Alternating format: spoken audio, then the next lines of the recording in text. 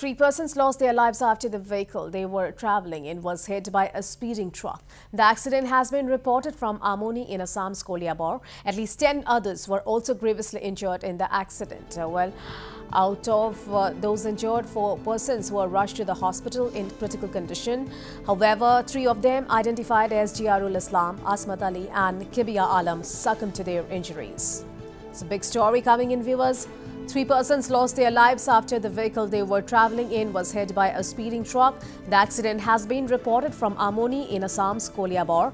At least 10 others were also grievously injured in the accident. Out of those injured, 4 persons were rushed to the hospital in critical condition. However, 3 of them, identified as Jiarul Islam, Asmat Ali and Kibia Alam, succumbed to their injuries.